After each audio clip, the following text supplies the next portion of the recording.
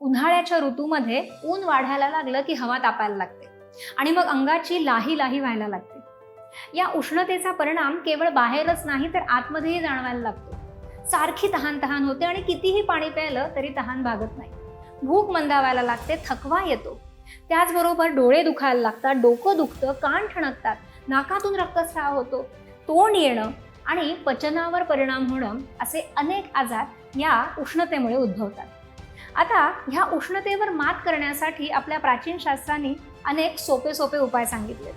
शास्त्र म्हणतं की तुमच्या शरीरातली चंद्रनाडी जर त्यावेळेला जास्त काम करेल तर शरीरामध्ये शीतलता येईल.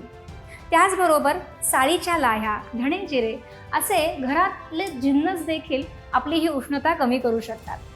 हेच सगळे उपाय जे तुम्हाला आरोग्य देतील ते ऋतुशास्त्र ह्या मालिकेमध्ये आम्ही तुम्हाला सांगणार आहोत. तुमच्या शरीरामध्ये नक्की ह्या 5 तत्वातल्या कुठल्या तत्वामध्ये दोष निर्माण झालाय आणि तो तुम्ही कसा बरा करू शकता हे जाणून घेण्यासाठी ऋतुशास्त्र ही मालिका नक्की पहा.